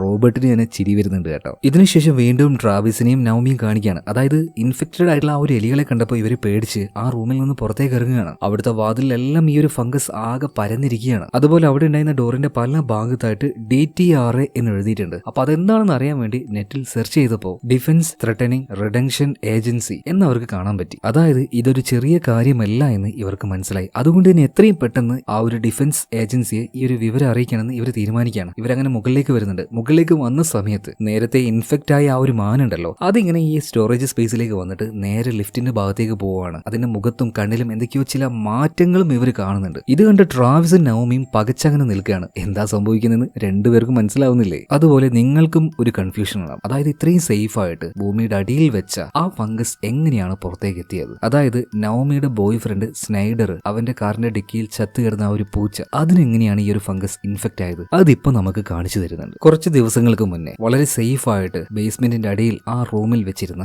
ആ സാമ്പിൾ ബോട്ടിലുകൾ പതിയെ തകരുകയാണ്. അതിൽ നിന്നും ലീക്കായ ആ ഒരു ഫംഗസ് പതിയെ പതിയെ താഴേക്ക് ഇറങ്ങി അത് പിന്നീട് അതിന്റെ ആ ഒരു ഡോറിൽ പടർന്ന് പിടിക്കുകയാണ്. ആ ഇരുമ്പ് ഡോറിനെ പകുതിയോളം അത് നശിപ്പിച്ചു കളഞ്ഞു. പിന്നീട് പതിയെ പതിയെ അവിടെ ഉണ്ടായിരുന്ന എലികളിലേക്കും ചെറിയ ചെറിയ പ്രാണികളിലേക്കും ഈ ഒരു ഫംഗസ് പടർന്നു. പിന്നീട് അതൊരു ചെറിയ പാറ്റയിലേക്കും അതിൽ നിന്ന് വേറെയും ചില പ്രാണികളിലേക്ക് കടക്കുന്നുണ്ട്. അതിലൊരു പ്രാണി ബേസ്മെന്റിലെ ആ ഒരു വെന്റിലേഷൻ സിസ്റ്റം ഉണ്ടല്ലോ, അതിലൂടെ പതിയെ പതിയെ പതിയെ പുറത്തേക്ക് വരികയാണ്. എന്നാൽ കറക്റ്റ് ആ സമയത്താണ് നവമിയുടെ ബോയ് ഫ്രണ്ട് സ്നൈഡർ അങ്ങോട്ടേക്ക് വരുന്നത്. അവന്റെ കാറ് നേരെ ആ ജീവിയുടെ മുകളിലൂടെ കയറി ചതഞ്ഞരഞ്ഞു പോവാണ്. അപ്പൊ ആ ഒരു കാറിലേക്ക് എന്തായി ആ ഫംഗസിന്റെ സാമ്പിളുകൾ എത്തിക്കഴിഞ്ഞു. പിന്നീട് കാറിന്റെ ടയറിലൂടെ ഇത് നേരെ പോകുന്നത് കാറിന്റെ ഡിക്കിയിലേക്കാണ്. അങ്ങനെ ആ പൂച്ച ഇൻഫെക്റ്റ് ആയി. പിന്നീട് ആ പൂച്ചയിലൂടെ ആ ഇൻഫെക്ഷൻ സ്നൈഡറിലേക്കും വന്നു. അതുപോലെ തന്നെ ആ മാനിലേക്കും ഇതുപോലെ ഇൻഫെക്ഷൻ പടർന്നു. അങ്ങനെയാണ് താഴെ ഉണ്ടായിരുന്ന ആ ഒരു ഫംഗസ് ഇപ്പൊ മുകളിലേക്ക് എത്തിയിരിക്കുന്നത്. ആ മാനിലേക്കും അത് എത്തിയിരിക്കുന്നത്. എന്തായാലും സംഗതിയുടെ സീരിയസ് മനസ്സിലാക്കിയ ട്രാവിസും നവമിയും ഈ കാര്യം ആ ഒരു ഡിഫൻസ് ഏജൻസിയോട് പറയാൻ തീരുമാനിച്ചല്ലോ. അങ്ങനെ ഇവർ മുകളിലേക്ക് വന്ന സമയത്ത് ഇവർ നേരെ ചെന്ന് പെട്ടത് ഇൻഫെക്റ്റഡ് ആയിട്ടുള്ള ആ മാനിന്റെ മുന്നിലാണ്. ഇവരെ കണ്ടപാടിന് ആ ഒരു മാൻ ഇവരെ ആക്രമിക്കാനായിട്ട് ഓടി വരുന്നുണ്ട് കേട്ടോ. രണ്ടുപേരും അവിടെ ഉണ്ടായിരുന്ന ഒരു മറവിലേക്ക് കയറി നിൽക്കുന്നുണ്ട്. എന്നാൽ അവരുടെ അടുത്തേക്ക് ആ ഒരു മാൻ എത്തുന്നതിന് മുന്നേ തന്നെ അതിന്റെ ശരീരം പൊട്ടിച്ചെതറിപ്പോവാണ്. അതിന്റെ കൊമ്പാണെങ്കിൽ അവിടുത്തെ ചുമരിൽ വന്ന് തുളച്ചു കയറി നിൽക്കുന്നുണ്ട്. എന്നാൽ എന്തോ ഭാഗ്യത്തിന് അതിന്റെ ആ ഒരു ചോരയോ അല്ലെങ്കിൽ ആ ഫംഗസിന്റെ സാമ്പിളോ ഇവരുടെ ദേഹത്തായില്ല. രക്ഷപ്പെട്ടു എന്ന് കരുതി നിൽക്കുമ്പോഴാണ് സ്നൈഡർ അങ്ങോട്ടേക്ക് വരുന്നത്. ഓൾറെഡി അവനും ഇൻഫെക്റ്റഡ് ആയിട്ടുണ്ടല്ലോ, ഒരു സോംബിയെ പോലെ ആയിട്ടുണ്ട്. എന്നാൽ ഇപ്പോഴും ചെറിയൊരു ഓർമ്മയൊക്കെ അവനുണ്ട് കേട്ടോ. അവനിപ്പോ പതിയെ പതിയെ നവമിയുടെ അടുത്തേക്ക് വരുന്നുണ്ട്. നവമിയെ അടുത്തേക്ക് വിളിക്കുകയാണ്, വാ നമുക്ക് ഒരുമിച്ച് ജീവിക്കാം എന്ന രീതിയിലൊക്കെ അവൻ സംസാരിക്കുന്നുണ്ട്. മാത്രമല്ല അവന്റെ കയ്യിൽ ഒരു ഗണ്ണും ഉണ്ട്. ഇപ്പൊ ആ ഗണ്ണ് കാണിച്ച് അവന്റെ അടുത്തേക്ക് വരാൻ വേണ്ടി പറയണം. എന്നാൽ ഈ അവസ്ഥയിൽ അവന്റെ അടുത്തേക്ക് പോയാൽ പണി കിട്ടും എന്ന് മനസ്സിലാക്കിയ ട്രാവിസും നവമിയും താഴെ കൂടി രക്ഷപ്പെടുകയാണ്. അവരുടെ പിന്നാലെ തന്നെ സ്നൈഡറും പോകുന്നുണ്ട്. അതിനിടയിൽ കയ്യിലുണ്ടായിരുന്ന ഗണ്ണ് അവൻ പൊട്ടിക്കുന്നുണ്ട്. അപ്പൊ ഈ ശബ്ദം കേട്ട് ഒരാൾ എഴുന്നേൽക്കുകയാണ്. ആരാന്ന് മനസ്സിലായോ? സിനിമയുടെ ആരംഭത്തിൽ ഒരു മുത്തശ്ശി വന്ന് അവരുടെ സാധനങ്ങൾ ഇട്ട് വെച്ച ആ റൂമിൽ കയറി കിടന്നുറങ്ങിയില്ലേ, ആ മുത്തശ്ശി ഇപ്പൊ എഴുന്നേൽക്കുകയാണ്. ഇതേ സമയത്ത് തന്നെ ട്രാവിസും നവമിയും കൂടെ ഒരു റൂമിൽ പോയിട്ട് ഒളിക്കുന്നുണ്ട്. പക്ഷെ അതിന്റെ ഷട്ടർ പൂർണ്ണമായിട്ടും താത്താൻ നോക്കുമ്പോൾ താവുന്നില്ല. എന്നാൽ അതിന്റെ മുന്നിലൂടെ ഇപ്പൊ ഈ സ്നൈഡർ നടന്നു പോവാണ്. ഇവരെ അവൻ കണ്ടില്ല. എന്നാൽ നിർഭാഗ്യവശാൽ ആ റൂമിൽ ഉണ്ടായിരുന്ന എന്തോ ഒരു വസ്തു താഴേക്ക് വീഴാണ്. പെട്ടെന്ന് അങ്ങോട്ടേക്ക് വന്ന സ്നൈഡർ ഇവരെ കണ്ടു. അതിന്റെ ഉള്ളിലേക്ക് കയറാൻ നോക്കുമ്പോൾ സകല ശക്തി എടുത്ത ട്രാവിസ് ഭയം കാരണം ആ ഷട്ടർ പിടിച്ച് ഒരൊറ്റ വലിയ താഴേക്ക്. ആ സമയത്ത് സ്നൈഡറിന്റെ വിരലുകൾ അതിൽ കുടുങ്ങിപ്പോയി. അത് മുറിഞ്ഞു പോകുന്നുണ്ട്. അതുപോലെ തന്നെ ഇവര് പരമാവധി DTRA അവരെ കോൺടാക്ട് ചെയ്യാൻ ശ്രമിക്കുന്നുണ്ട്. ഇതേ സമയത്ത് തന്നെ റോബോട്ട് ഫ്ലൈറ്റിൽ വന്ന് ലാൻഡ് ആവുകയാണ്. ഇതിനുശേഷം അവനെ പിക്ക് ചെയ്യാനായിട്ട് അങ്ങോട്ടേക്ക് റൊമാന വന്നിട്ടുണ്ട്. അപ്പൊ റൊമാനെ കണ്ടപാടിനെ റോബോട്ട് ചോദിക്കുന്നത്, ഞാൻ തന്ന ലിസ്റ്റിലുള്ള എല്ലാ കാര്യം റെഡി ആയില്ലേ, അവസാനത്തേതാണ് ഏറ്റവും ഇമ്പോർട്ടന്റ്. അത് കേട്ടപ്പോൾ റൊമാന പറയാണ്, ആ സാധനം ഉണ്ട്, പക്ഷെ അതിന്റെ മകന്റെ വീട്ടിലാണ് വെച്ചിരിക്കുന്നത്, നമുക്ക് ആദ്യം അങ്ങോട്ടേക്ക് പോകാന്ന് പറയാണ്. ഈ സമയത്താണ് റോബോട്ടിനെ അബിഗൽ വിളിക്കുന്നത്. അബിഗൽ റോബോട്ടിനോട് വളരെ ഇമ്പോർട്ടന്റ് ആയിട്ടുള്ള ഒരു കാര്യം പറയാണ്, സാറേ കുറച്ചു നേരം മുന്നേ ഒരു പെൺകുട്ടി എന്നെ വിളിച്ചായിരുന്നു, നവമി എന്നാണ് പേര്. അവൾ വിളിച്ചിരിക്കുന്നത് ആ സ്റ്റോറേജ് ഫെസിലിറ്റിയിൽ നിന്നാണ്. എന്തായാലും അവളുടെ കോൾ ഞാൻ കണക്ട് ചെയ്തുതരാന്ന് പറഞ്ഞിട്ട് ഇപ്പൊ റോബോട്ടുമായിട്ട് നവമിയെ കണക്ട് ചെയ്ത് കൊടുക്കുകയാണ്. അങ്ങനെ റോബോട്ട് നവമിയോട് സംസാരിക്കുന്നുണ്ട്. നവമി ഇത്രയും നേരം കൊണ്ടുണ്ടായ എല്ലാ സംഭവങ്ങളും റോബോട്ടിനോട് പറയണം. അപ്പൊ റോബോട്ട് പറയണം, നിങ്ങൾ പേടിക്കേണ്ട, അവിടെ തന്നെ സേഫ് ആയിട്ടിരിക്കുക, ഒരു 45 മിനിറ്റ് കൊണ്ട് ഞങ്ങൾ അങ്ങോട്ടേക്ക് എത്താന്ന് പറയണം. അങ്ങനെ കുറച്ചു നേരം ആ റൂമിൽ ഇവർ രണ്ടുപേരും കാത്തു നിൽക്കുന്നുണ്ട്. എന്നാൽ ഒരു അല്പനേരം കഴിഞ്ഞപ്പോൾ കുറെ അധികം ബൈക്കുകൾ മുകളിലേക്ക് വരുന്ന ശബ്ദം ഇവർ കേൾക്കുന്നുണ്ട്. ഇത് കേട്ടപ്പോൾ ട്രാവിസിന് സമാധാനം സമാധാനം. നമ്മളെ രക്ഷപ്പെടുത്താനുള്ള ടീം എത്തിക്കഴിഞ്ഞല്ലോ. എന്നാൽ അവരെ രക്ഷപ്പെടുത്താനുള്ള ആൾക്കാരായിരുന്നില്ല വന്നിരുന്നത്. ഇവിടുത്തെ സൂപ്പർവൈസർ ആയിട്ടുള്ള ഗ്രിഫിൻ ഉണ്ടല്ലോ, അയാളും അയാളുടെ കുറച്ച് കൂട്ടുകാരായിരുന്നു. അതായത് വൈകുന്നേരം കുറച്ച് ആളുകളെ കൂട്ടിയിട്ട് വരുമെന്ന് ഗ്രിഫിൻ ട്രാവിസിനോട് പറഞ്ഞായിരുന്നല്ലോ. ആ ആളുകളാണിത്. അതായത് ഡ്രഗ് ഡീലേഴ്സ് ആണ്. അവരുടെ കുറച്ച് സാധനം ഇവിടെ ഉണ്ട്. അപ്പൊ അതെടുക്കാനാണ് ഇങ്ങോട്ടേക്ക് വന്നിരിക്കുന്നത്. എന്നാൽ ഗോഡൌണിലേക്ക് വന്നിട്ട് ഇവിടുത്തെ ആ സംഭവങ്ങളൊക്കെ കണ്ട സമയത്ത് ഗ്രിഫിൻ ആകെ ഞെട്ടിപ്പോവാണ്. ഫുള്ളായിട്ട് അലങ്കോലമായി കിടക്കുന്നു. ഒരു മാനാണെങ്കിൽ ചത്ത് അതിന്റെ ശരീരം പൊട്ടിച്ചെതറി കിടക്കുന്നു. ഇത് കണ്ട് പ്രാന്തിളകിയ ഗ്രിഫിൻ ഉണ്ടല്ലോ ഇപ്പൊ ട്രാവിസിനെ വിളിക്കുന്നുണ്ട്. എന്നാൽ അവൻ വിളി കേൾക്കുന്നില്ല. ഇപ്പൊ മൈക്കിലൂടെ ഗ്രിഫിൻ വിളിച്ചു പറയാണ്, ട്രാവിസെ നീ എന്താണ് ഇവിടെ കാണിച്ചു വെച്ചിരിക്കുന്നത്? ഇനി ജോലിയില്ല, ഒന്നുമില്ല, ഇപ്പൊ തന്നെ ഇവിടുന്ന് വിട്ടോന്ന് പറയണം. ഈ നേരത്ത് ആ ഒരു സ്മഗ്ലേഴ്സ് പറയണ, ഒരു കാര്യം ചെയ്യും, ഞങ്ങളുടെ സാധനം ഇപ്പത്താ, നിങ്ങളുടെ വിഷയം എന്താണെന്ന് വെച്ചാൽ അത് പിന്നെ തീർത്തോന്ന് പറയാണ്. അങ്ങനെ അവരുടെ ഒരു സാധനം എടുക്കാൻ വേണ്ടി അവരുടെ സ്റ്റോറേജ് സ്പേസിലേക്ക് പോകുന്ന സമയത്ത് ആ കൂട്ടത്തിലെ ഒരു ലേഡി എന്തോ ഒന്ന് അവിടെ കാണുന്നുണ്ട്. അപ്പൊ അവര് അങ്ങോട്ടേക്ക് സൂക്ഷിച്ച് നോക്കുകയാണ്. ഇവിടെ സീൻ കട്ടായി. അടുത്ത സീനിൽ കാണിക്കുന്നത് റോബർട്ടിനെയും അതുപോലെ തന്നെ റൊമാനിയാണ്. ഇവർ രണ്ടുപേരും ഇപ്പൊ റൊമാനയുടെ മകന്റെ വീട്ടിലേക്ക് പോയിട്ടുണ്ട്. അതായത് ലിസ്റ്റിലെ 7ാമത്തെ സാധനം എടുക്കാനായിട്ട്. ഇപ്പോ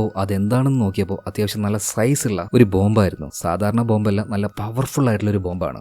പൊട്ടിയ സ്ഥലത്തിന്റെ കാര്യത്തിൽ തീരുമാനം അത്രയും പവറുള്ള സാധനമാണ്. അതുകൊണ്ടാണ് നമ്മുടെ റോബർട്ട് പറഞ്ഞത് 7ാമത്തെ സാധനം അതെനിക്ക് നിർബന്ധമായിട്ടും വേണമെന്ന്. കാരണം ആ ഒരു ഫെസിലിറ്റി അത് പൂർണ്ണമായിട്ട് തകർക്കാനാണ് റോബർട്ടിന്റെയും റൊമാനയുടെയും പദ്ധതി. കാരണം അവിടെ നിന്നെങ്ങാനും ഒരു ഇത്തിരി ലീക്ക് ആയി കഴിഞ്ഞാൽ അത് നഗരത്തിലേക്ക് എത്താനായിട്ട് അധിക സമയമൊന്നും വേണ്ട. നഗരത്തിലെങ്ങാനും അത് എത്തിക്കഴിഞ്ഞാൽ പിന്നെ ഒന്നും നോക്കേണ്ട ആവശ്യമില്ല, ലോകം നശിച്ചു എന്ന് കരുതിയാൽ മതി. അതുകൊണ്ടാണ് ഇത്രയും റിസ്ക് എടുത്ത് അതിനെ പൂർണ്ണമായിട്ട് നശിപ്പിക്കാൻ ഇവർ തീരുമാനിച്ചിരിക്കുന്നത്. ഇതേ നേരം തന്നെ ആ ഒരു ബേസ്മെന്റിൽ ഒളിച്ചിരിക്കുന്ന ട്രാവിസിനെയും നവമിയും കാണിക്കുകയാണ്. ഇവര് നോക്കുമ്പോൾ ഈ നവമിയുടെ ബോയ് ഫ്രണ്ട് സ്നൈഡർ പൂർണ്ണമായിട്ടും ഇൻഫെക്റ്റ് ആയി സ്വബോധമില്ലാതെ പൂർണ്ണമായിട്ടും ആ ഒരു പാരസൈറ്റിന്റെ കൺട്രോളിലായിട്ട് ഒരു സോംബിയെ പോലെ അതിലൂടെ നടന്നുകൊണ്ടിരിക്കുകയാണ്. എന്നാൽ ഇപ്പോൾ വന്ന ഒരു സ്മഗ്ലേഴ്സ് ഉണ്ടല്ലോ, ഡ്രഗ് ഡീലേഴ്സ്, അതിലൊരു 3 പേര് അവിടെ ഉണ്ടായിരുന്ന സ്റ്റോറേജ് റൂമിലേക്ക് പോയിട്ട് അവരുടെ സാധനങ്ങൾ എടുത്തുകൊണ്ടിരിക്കുകയാണ്. ഇപ്പൊ അങ്ങോട്ടേക്ക് വന്ന് ഈ സ്നൈഡർ ആ റൂമിലേക്ക് ഛർദ്ദിച്ച് വെക്കുന്നുണ്ട്. പണി പാളിയെന്ന് മനസ്സിലായ ട്രാവിസ് ഓടിച്ചെന്ന് ആ റൂമിന്റെ ഷട്ടർ താഴ്ത്തുന്നുണ്ട് കേട്ടോ. കാരണം ആ 3 ആൾക്ക് കൂടെ ഇൻഫെക്റ്റ് ആയി കഴിഞ്ഞാൽ പിന്നീട് 4 പേരാവും. അപ്പൊ ഇൻഫെക്റ്റ് ആവുന്നതിന് മുന്നേ തന്നെ അവരെ അതിന്റെ ഉള്ളിൽ വെച്ച് ഇപ്പൊ ട്രാവിസ് ലോക്കിയാണ്. ഈ സമയത്ത് സ്നൈഡർ ഇവരെ കാണുകയാണ്, ഇവരുടെ അടുത്തേക്ക് വരുന്നുണ്ട്. എന്നാൽ ഈ സമയത്താണ് നമ്മുടെ മുത്തശ്ശി അങ്ങോട്ടേക്ക് വരുന്നത്. മുത്തശ്ശിയും ഇവനെ കാണുന്നുണ്ട്. എന്തോ ഭീകര ജന്തുവാണെന്ന് കരുതിയിട്ട് മുത്തശ്ശി വെടിവെച്ച് മരിക്കാൻ വേണ്ടി കൊണ്ടുവന്ന ആ ഗണ്ണ് ഉപയോഗിച്ച് ഇപ്പൊ സ്നൈഡറിനെ ഷൂട്ട് ചെയ്യാണ്. അവന്റെ തലയിൽ വെടിയുണ്ട തട്ടിയ പാട് തന്നെ ശരീരം പൂർണ്ണമായിട്ടും പൊട്ടിച്ചെതറുകയാണ് കേട്ടോ. അതായത് ഫംഗസിന്റെ ആ ഒരു സാമ്പിൾ മുഴുവനും അവിടെ പടരുന്നുണ്ട്. എന്നാൽ ഇപ്പോഴും എന്തോ ഭാഗ്യത്തിന് ട്രാവിസും നവമിയും രക്ഷപ്പെട്ടു എന്ന് പറയാം. അവരിപ്പോൾ ആ ഒരു മുത്തശ്ശിയോട് സേഫായിട്ട് നിങ്ങൾ മേലേക്ക് പൊയ്ക്കൂ എന്ന് പറയണം. ഈ സമയത്താണ് അങ്ങോട്ടേക്ക് ഗ്രിഫിൻ വരുന്നത്. ഗ്രിഫിൻ ഇവിടെ നടന്ന ഈ സംഭവങ്ങളൊക്കെ കണ്ടിട്ട്, നീ ആരാടാ ട്രാവിസെ, നീ എന്തിനാ ഇങ്ങോട്ടേക്ക് വന്നത്, നീ എന്തിനാ എന്റെ ആൾക്കാരെ ആ റൂമിൽ പൂട്ടിട്ടിരിക്കുന്നത്, എന്താ നിന്റെ ഉദ്ദേശം എന്ന് പറഞ്ഞിട്ട് അവനിപ്പോൾ ഗൺ പോയിന്റിൽ നിർത്തുകയാണ്. എന്നാൽ സിറ്റുവേഷൻ എന്താണെന്ന് പരമാവധി ട്രാവിസ് ഗ്രിഫിനെ പറഞ്ഞ് മനസ്സിലാക്കിക്കാൻ ശ്രമിച്ചെങ്കിലും ആ പൊട്ടന് അതൊന്നും മനസ്സിലാവുന്നില്ല. അടുത്ത നിമിഷം ഗ്രിഫിൻ ഇപ്പൊ അവന് ഷൂട്ട് ചെയ്യും എന്നൊരു അവസ്ഥ വന്ന സമയത്ത് നവമി പെട്ടെന്ന് തന്നെ ഫയർ എക്സ്റ്റിങ്ക്വിഷൻ മെഷീൻ ഉണ്ടല്ലോ അതെടുത്ത് ഇവരുടെ നടുവിലേക്ക് ഇടുകയാണ്. ഫുള്ളായിട്ട് പുകയാവുന്നുണ്ട്. ആ ഗ്യാപ്പിൽ ട്രാവിസും അതുപോലെ നവമിയും അവിടെ നിന്ന് ഓടി രക്ഷപ്പെടുകയാണ്. അവരിപ്പോൾ ആ ഒരു ബിൽഡിങ്ങിന്റെ പുറത്തേക്ക് അവസാനം എത്തിയിട്ടുണ്ട്. ആ സമയത്താണ് അങ്ങോട്ടേക്ക് റോബർട്ട് എത്തുന്നത്. റോബർട്ടിനോട് ഇവർ കാര്യങ്ങളൊക്കെ പറയാണ്. അപ്പൊ റോബർട്ട് പറയണം, പേടിക്കേണ്ട, എല്ലാത്തിനുള്ള പരിഹാരം എന്റെ കയ്യിലുണ്ട് എന്ന് പറഞ്ഞിട്ട് ഇപ്പൊ ബാഗിലുണ്ടായിരുന്ന ആ വലിയ ബോംബ് എടുക്കുന്നുണ്ട്. അതായത് പൂർണ്ണമായിട്ടും ഈ ഒരു ഫെസിലിറ്റി തകർക്കാനാണ് റോബർട്ടിന്റെ പദ്ധതി. അത് ഇവരോട് പറയുന്നുണ്ട്. മാത്രമല്ല ആ ഒരു ദൗത്യം ചെയ്യേണ്ടത് ഇവരാണ്. ഈ ബോംബ് താഴേക്ക് കൊണ്ടുവന്ന് വെച്ച് അതിലെ ടൈമർ സെറ്റ് ചെയ്തു വെക്കണം. 6 മിനിറ്റിനുള്ളിൽ അത് താഴെ വെച്ച് പൊട്ടും. എന്നാൽ റോബർട്ടിന് ഈ സാധനം താഴേക്ക് കൊണ്ടുപോകാൻ കഴിയില്ല. അവന്റെ ഊര് ഓൾറെഡി പൊട്ടിക്കെടുക്കുകയാണ്. അപ്പൊ ഈ ഒരു പണി ചെയ്യാൻ വേണ്ടി ട്രാവിസിനോടും നവമിയോടും പറയുന്നുണ്ട്. എന്നാൽ ട്രാവിസ് പറയണത്, എന്റെ പൊന്നു സാറ്, ഈ ഒരു രാത്രി കൊണ്ട് എന്തൊക്കെയാ അവിടെ നടക്കുന്നത്? ചെറിയൊരു തെറ്റിന്റെ പേരിൽ ജയിലിലും പോയി ഇപ്പൊ തിരിച്ചു വന്നിട്ടേ ഉള്ളൂ. ഒരു സാധാരണ ജോലിയാണ് ഞാൻ ഇവിടെ ചെയ്യുന്നത്. ആ എന്നെ കൊണ്ട് നിങ്ങൾ എന്തൊക്കെയാ ചെയ്യിക്കുന്നത്? ഇപ്പൊ റോബർട്ട് ട്രാവിസിനോട് പറയണത്, നമുക്ക് ഇതല്ലാതെ മറ്റൊരു വഴിയില്ല. അങ്ങനെ അവസാനം ട്രാവിസും നവമിയും ഇത് ചെയ്യാൻ വേണ്ടി സമ്മതിക്കുകയാണ്. ഈ സമയം താഴെ ഉണ്ടായിരുന്ന ഗ്രിഫിൻ ഉണ്ടല്ലോ, അവന്റെ കൂട്ടുകാരായിട്ടുള്ള ആ സ്മഗ്ലേഴ്സ് അവനൊരു റൂമിൽ വെച്ച് നമ്മുടെ ട്രാവിസ് പൂട്ടിയിട്ടുണ്ടായിരുന്നല്ലോ. അപ്പൊ ആ റൂം ഇവര് തുറന്നു കൊടുക്കുകയാണ്. തുറന്ന സമയത്ത് അതിനുള്ളിലുണ്ടായിരുന്ന ആ 3 പേർക്കും ആ ഫംഗസ് ഇൻഫെക്ഷൻ വന്നു കഴിഞ്ഞിട്ടുണ്ടായിരുന്നു. ആ കൂട്ടത്തിൽ ഒരാൾ ഇപ്പൊ ഗ്രിഫിൻ നോക്കി നിൽക്കെ പൊട്ടിച്ചെതറി പോവാണ് കേട്ടോ. ഇത് കണ്ട് ഗ്രിഫിന്റെ കൂടെ ഉണ്ടായിരുന്ന ആളുണ്ടല്ലോ അപ്പൊ തന്നെ ഓടി രക്ഷപ്പെടുകയാണ്. എന്നാൽ അയാളും ആ ഒരു ഫംഗസിൽ ചവിട്ടി തെന്നി വീണ് അയാൾക്കും ആ ഒരു ഇൻഫെക്ഷൻ വരികയാണ്. ഇതേ നേരം പേടിച്ചുപോയ ഗ്രിഫിൻ അവന്റെ ഗണ്ണെടുത്ത് ഇവരോട് 2 പേരോടും അവിടെ വിട്ട് പുറത്തേക്ക് ഇറങ്ങാൻ വേണ്ടി പറയാണ്. അങ്ങനെ ഇൻഫെക്ഷനായ ആ 2 പേരും അവിടെ നിന്ന് പതിയെ പുറത്തേക്ക് പോകുന്നുണ്ട്. ഇതേ സമയത്ത് തന്നെ ട്രാവിസും നവമിയും ഇപ്പൊ റോബർട്ട് കൊടുത്ത ആ ഒരു സ്യൂട്ട് ഉണ്ടല്ലോ അതിട്ടുകൊണ്ട് ആ ബോംബ് എടുത്തുകൊണ്ട് നേരെ ബിൽഡിങ്ങിന്റെ താഴേക്ക് പോയിക്കൊണ്ടിരിക്കുകയാണ്. അതുപോലെ തന്നെ പുറത്തുണ്ടായിരുന്ന റോബോട്ട് അവിടെ ഉണ്ടായിരുന്ന എല്ലാ വണ്ടികളുടെയും ടയർ പൊട്ടിച്ചു കളയാണ്. അതായത് ഇൻഫെക്റ്റ് ആയി ആരെങ്കിലും പുറത്തേക്ക് വരികയാണെങ്കിൽ അവർ ആ വണ്ടി ഉപയോഗിച്ച് രക്ഷപ്പെടാതിരിക്കാൻ വേണ്ടിയിട്ട്. എന്നാൽ ഈ സമയത്താണ് അവിടുത്തെ കാര്യങ്ങൾ കറക്റ്റായിട്ട് ക്യാമറയിലൂടെ നിരീക്ഷിച്ചുകൊണ്ടിരിക്കുന്ന അബിഗേൽ റോബോട്ടിന് ഒരു ഇൻഫർമേഷൻ കൊടുക്കുന്നത്. അതായത് ഈ ഫംഗസ് ബാധിച്ച ഒരാൾ ഇപ്പൊ റോബോട്ടിന്റെ പിന്നിലേക്ക് വരുന്നുണ്ടെന്ന്. പെട്ടെന്ന് തന്നെ റോബോട്ട് വേഗം തിരിഞ്ഞ് അയാളെ ഷൂട്ട് ചെയ്യുകയാണ്. എന്നാൽ വേഗം തിരിഞ്ഞത് കൊണ്ട് തന്നെ അയാൾ ദൂരെ ഓൾറെഡി വീണിട്ട് പരിക്കേറ്റ് എടുക്കായിരുന്നല്ലോ. സോ ആ ഒരു ഒന്നുകൂടെ ഇളകിയിട്ട് വേദന കൊണ്ട് റോബോട്ട് അവിടെ വീണ് പോവാണ് കേട്ടോ. എന്തായാലും അപ്പോഴേക്കും മറ്റേ വെടിവെച്ച് കൊന്നിട്ടുണ്ട്. മാത്രമല്ല അവിടെ ഉണ്ടായിരുന്ന എല്ലാ ബൈക്കുകളിലേക്കും ഷൂട്ട് ചെയ്യുന്നുണ്ട്. പിന്നീട് ബുള്ളറ്റ് പെട്രോൾ ടാങ്കിൽ തട്ടി അവിടെ ആകെ ഒരു ബ്ലാസ്റ്റ് തന്നെ നടക്കുന്നുണ്ട്. ഇതേ സമയത്ത് തന്നെ ട്രാവിസും നവമിയും കൂടിയിട്ട് ആ ബോംബുമായിട്ട് നേരെ ബേസ്മെന്റിലേക്ക് എത്തിയിട്ടുണ്ട്. എന്നാൽ അവിടെ അവരെത്തി നോക്കുന്ന സമയത്ത് ആ ഫംഗസ് പൂർണ്ണമായിട്ടും അവിടെയൊക്കെ ആകെ സ്പ്രെഡ് ആയിരിക്കുകയാണ്. പൈപ്പുകളിലേക്കും വെന്റിലേഷൻ സിസ്റ്റത്തിലേക്കും. അതുപോലെ തന്നെ തൊട്ടപ്പുറത്ത് ഒരു തടാകമുണ്ട്. അധികം വൈകിയാൽ അതിലേക്കും ഇത് പോകുന്ന ഇവർക്ക് മനസ്സിലായി. എന്തായാലും വേഗം തന്നെ ഇപ്പൊ റോബോട്ട് കൊടുത്ത ആ ഒരു ബോംബ് അതിന്റെ ആ ഒരു കവചം ഊരി അത് ഓണാക്കാൻ നോക്കുമ്പോഴാണ് ചതി ഇവർക്ക് മനസ്സിലാവുന്നത്. അതായത് റോബോട്ട് ഓൾറെഡി അത് ഓണാക്കി ടൈം സെറ്റ് ചെയ്തിട്ടാണ് ഇവർക്ക് കൊടുത്തിരിക്കുന്നത്. ഇവർക്കിനി അവിടുന്ന് രക്ഷപ്പെടാൻ വേണ്ടി 6 മിനിറ്റും 30 സെക്കൻഡ് കൂടെ ബാക്കിയുള്ളൂ കേട്ടോ. ഇത് കണ്ട് പേടിച്ചു പോയി ഇവർ രണ്ടുപേരും ബോംബും അവിടെ ഇട്ട് വേഗം തന്നെ തിരിഞ്ഞോടുകയാണ്. മാത്രമല്ല പോകുന്ന വഴിയിൽ ആ റോബോട്ടിനെ പരമാവധി ചീത്തയും വിളിക്കുന്നുണ്ട്. പക്ഷേ വേഗത്തിൽ ഓടാൻ കഴിയാത്തത് കൊണ്ട് ഇവർ ആ ഒരു സ്യൂട്ട് മുഴുവൻ ഊരിക്കളയാണ് കേട്ടോ. ഇതേ നേരത്ത് തന്നെ നിലത്ത് വീണെടുക്കുന്ന റോബോട്ട് നോക്കുന്ന സമയത്ത് ആ ഇൻഫെക്റ്റഡ് ആയിട്ടുള്ള സ്മഗ്ലേഴ്സിൽ ഒരാളുണ്ടല്ലോ അയാളെ ഗൺ പോയിന്റിൽ നിർത്തിക്കൊണ്ട് മറ്റേ ഒരു ഗ്രിഫിൻ അങ്ങോട്ടേക്ക് കൊണ്ടുവരികയാണ്. എന്നാൽ ഇൻഫെക്റ്റ് ആയ ഇയാളെ കണ്ടപാട് തന്നെ റോബോട്ട് അയാളെ ഷൂട്ട് ചെയ്ത് കൊല്ലുന്നുണ്ട്. എന്നാൽ അങ്ങോട്ടേക്ക് വന്ന ഗ്രിഫിൻ റോബോട്ടിന്റെ കയ്യിലുണ്ടായിരുന്ന ആ ഒരു ഗണ്ണ് തട്ടി തെറിപ്പിച്ച് അവനിപ്പോ ഗൺ പോയിന്റിൽ നിർത്തുകയാണ്. എന്നാൽ ഈ സമയത്താണ് അങ്ങോട്ടേക്ക് ആര് വരുന്നത്? റൊമാന വരുന്നത്. അവൾ അവിടെ വന്നിറങ്ങിയത് കാണുന്നത് റോബോട്ടിന് നേരെ ഗണ്ണ് ചൂണ്ടി നിൽക്കുന്ന ഗ്രിഫിനെയാണ്. അവളൊന്നും നോക്കിയില്ല, അപ്പൊ തന്നെ ഗ്രിഫിനെ ഷൂട്ട് ചെയ്ത് കൊന്നു കളയുന്നുണ്ട്. ഇതേ സമയത്തിന് അങ്ങോട്ടേക്ക് നമ്മുടെ ട്രാവിസും നവമി വന്നോണ്ടിരിക്കുകയാണ്. എന്നാൽ അവര് ചെന്ന് പെട്ടത് സ്മഗ്ലേഴ്സിൽ ഒരാൾ കൂടെ ബാക്കിയുണ്ടല്ലോ, ആ ലേഡി അവരുടെ മുന്നിലാണ്. ഒരു സോംബിയെ പോലെ അവർക്ക് നേരെ വന്ന ആ ലേഡിയെ ഇപ്പൊ നവമി ഷൂട്ട് ചെയ്ത് കൊന്നുകളയാണ്. ഇതിനുശേഷം നേരെ ഇവർ പുറത്തേക്ക് വരുന്നുണ്ട് കേട്ടോ. നിലത്ത് വീണെടുക്കുന്ന റോബോട്ടിനെ എടുത്തുകൊണ്ടാണ് ഇവർ പിന്നീട് പോകുന്നത്. ആ സമയത്ത് നമ്മുടെ ട്രാവിസ് ഒരു കാര്യം പറയുന്നുണ്ട്. എന്നാലും എന്റെ റോബോട്ട് അണ്ണ, നിങ്ങൾ ചെയ്തത് കുറച്ച് കടുങ്കൈ ആയിപ്പോയി. ഓൾറെഡി ആ ബോംബ് ഓൺ ചെയ്തിട്ടായിരുന്നല്ലേ ഞങ്ങളുടെ കയ്യിലേക്ക് തന്നത്, ഈ ചതി വേണ്ടായിരുന്നു എന്ന് പറയണം. ഈ സമയത്ത് റോബോട്ട് പറയണേ, എടോ നിങ്ങൾ എന്തായാലും തിരിച്ചു വരുന്ന എനിക്ക് നന്നായിട്ട് അറിയാം, നല്ല ഉറപ്പുണ്ടായിരുന്നു. അതുപോലെ താഴേക്ക് പോയിട്ട് നിങ്ങൾക്ക് ഇത് ഓൺ ചെയ്യാൻ പറ്റിയിട്ടില്ലെങ്കിൽ ഈ മിഷനാകെ ഫെയിൽ ആയി പോയില്ലേ, അതുകൊണ്ടാണ് ഞാൻ ഇത് ഓൺ ചെയ്ത് നിങ്ങളുടെ കയ്യിൽ തന്നത്. എന്തായാലും കുഴപ്പമൊന്നും പറ്റിയിട്ടില്ലല്ലോ. ആ ശരി ശരി എന്ന് പറയണം. അപ്പോഴേക്കും നവമി കാർ എടുത്ത് അങ്ങോട്ടേക്ക് വന്ന് ഇവരെല്ലാവരും കാറിൽ കയറുകയാണ്. അവിടുന്ന് വേഗം രക്ഷപ്പെട്ടു പോവാണ്. അധികം വൈകാതെ ആ ബോംബ് അത് ബ്ലാസ്റ്റ് ആവുകയാണ്. ബ്ലാസ്റ്റ് ആയ സമയത്ത് അവിടെ വലിയൊരു കുഴി പോലെ ആയി മാറുകയാണ് കേട്ടോ. കാരണം ഭൂമി തുരന്നാണ് ഇത്രയും വലിയൊരു ബിൽഡിംഗ് അവിടെ ഉണ്ടാക്കിയിരിക്കുന്നത്. പൂർണ്ണമായിട്ടും എല്ലാം കൂടെ തകർന്ന് താഴേക്ക് വീഴുന്നുണ്ട്. പിറ്റേ ദിവസം ആയ സമയത്ത് ഇത് വലിയ വാർത്തയാവുകയാണ്. ന്യൂസ് ഏജൻസിയും അതുപോലെ തന്നെ ഹയർ ഒഫീഷ്യലും എല്ലാവരും ഇപ്പോൾ ചീത്ത വിളിച്ചുകൊണ്ടിരിക്കുന്നത് ആരെയായിരിക്കും? മറ്റാരെയല്ല, DTRAയുടെ തലവനായിട്ടുള്ള ജെയ്ക്കിനെയാണ്. അതായത് ഇത്രയും വലിയ അപകടം വരാൻ പോകുന്നുണ്ട് എന്ന് റോബോട്ട് ഇയാൾക്ക് ഇൻഫർമേഷൻ കൊടുത്തായിരുന്നു. എന്നാൽ റോബോട്ടിന് വേണ്ട യാതൊരു സഹായവും ഇയാൾ ചെയ്തില്ല. എന്നാൽ കറക്റ്റ് ടൈമിന് വേണ്ട രീതിയിൽ കാര്യങ്ങൾ ചെയ്ത